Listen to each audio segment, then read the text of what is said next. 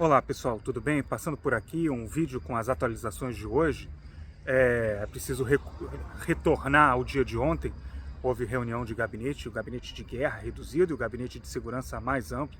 Essas reuniões duraram entre 11 horas da noite e 2 horas da manhã. E claro, o dia de hoje foi repleto de vazamentos do que aconteceu nessa reunião, para além da gargalhada em torno da brincadeira ou do recado de muito mau gosto do ministro da Segurança Nacional Itamar Ben-Gvir ao presidente dos Estados Unidos Joe Biden. Houve decisões importantes, como por exemplo a decisão de autorizar a expansão da incursão terrestre em Rafah. O entendimento aqui é que essa não é a expansão ainda a ponto de haver uma operação em grande escala em Rafah, mas é mais uma subida de degrau. Não se sabe exatamente como os Estados Unidos vão receber essa decisão. A expectativa por aqui, a esperança, na verdade, é que os Estados Unidos não recebam isso como um cruzamento ou mais uma tentativa de cruzar os limites impostos pelos Estados Unidos a Israel, até porque é importante a gente lembrar, houve 2 reuniões em março em que Israel tentou convencer os Estados Unidos sobre uma operação de larga escala em Rafah. Nessas 2 reuniões, ambas terminaram com os mesmos resultados, ou seja, nas duas, os Estados Unidos não se convenceram de que Israel tem um plano suficientemente positivo ou que seja capaz de garantir a segurança dos cerca de 1.400.000, 1,5 milhão de palestinos que estão nesse local. Israel argumenta que é preciso levar adiante essa ofensiva porque lá estão, em Rafah, os 4 últimos batalhões organizados do Hamas.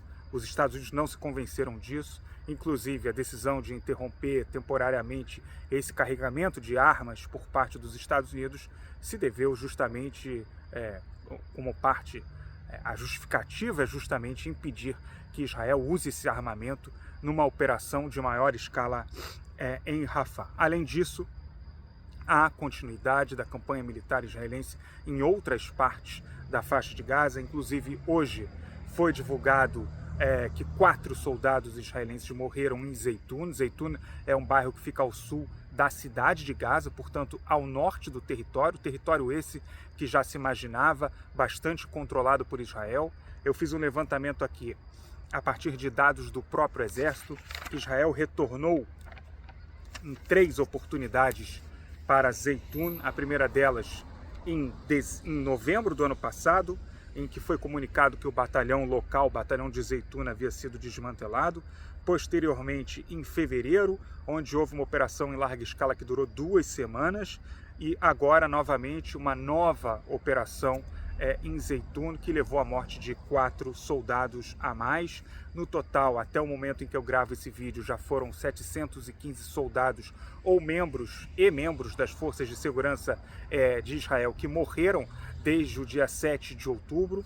E isso tende a aumentar ainda mais a pressão aqui em Israel por um cessar-fogo, por um acordo que liberte também os reféns que estão sequestrados na faixa de Gaza pelo Hamas, mas que também impeça uma campanha militar ainda mais ampla que coloque em risco os soldados israelenses. Esse é um tema que mobiliza bastante a sociedade por aqui. Para além disso, houve também exercícios no norte de Israel para simular uma campanha contra o Líbano, uma campanha militar. Importante a gente lembrar que desde o dia 8 de outubro, portanto um dia depois dos ataques do Hamas do dia 7, o Hezbollah dispara mísseis contra Israel, também drones contra o território israelense, e tem se mantido assim uma guerra de atrito, uma guerra prolongada que causa muito desgaste a Israel, em que há entre 70 a 80 mil pessoas israelenses que estão deslocados internamente, pessoas que não podem retornar às suas casas enquanto essa situação não é resolvida. Por enquanto, todas as tentativas de um acordo capaz de resolver essa situação do ponto de vista diplomático falharam, inclusive com intermediação dos Estados Unidos, por meio do seu enviado Amos Hochstein, que tem um tráfego bastante amplo no jogo político libanês.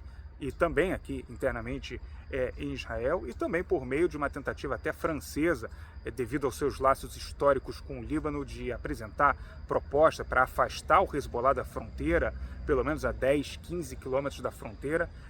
O Hezbollah não aceita isso e a situação se mantém nesse impasse, e existe até a expectativa de que Israel se veja numa situação em que precise lançar uma campanha, de acordo com a visão daqui, uma campanha militar, uma guerra em território libanês, o que tende a piorar bastante a situação, na medida em que, se o Hamas, a estimativa era que o grupo tivesse algo como 12 a 18 mil projéteis, entre foguetes, mísseis, enfim, para serem usados contra Israel, e eles continuam a usá-los.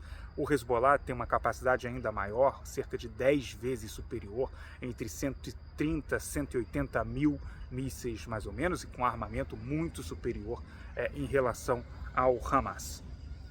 A partir de Gaza, hoje também foram disparados novos mísseis, foram foguetes contra a cidade de Beersheva, a chamada capital do Negev, a maior cidade do sul de Israel, com 200 mil habitantes.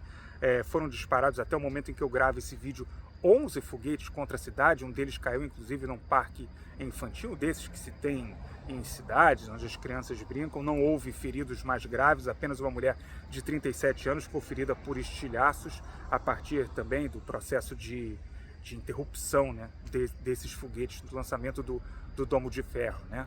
Enfim, é uma situação ainda complicada, até porque Beersheva não experimentava sirenes ou o lançamento de foguetes contra a cidade desde os ataques iranianos, aqueles ataques em larga escala do Irã contra Israel entre os dias 13 e 14 de abril.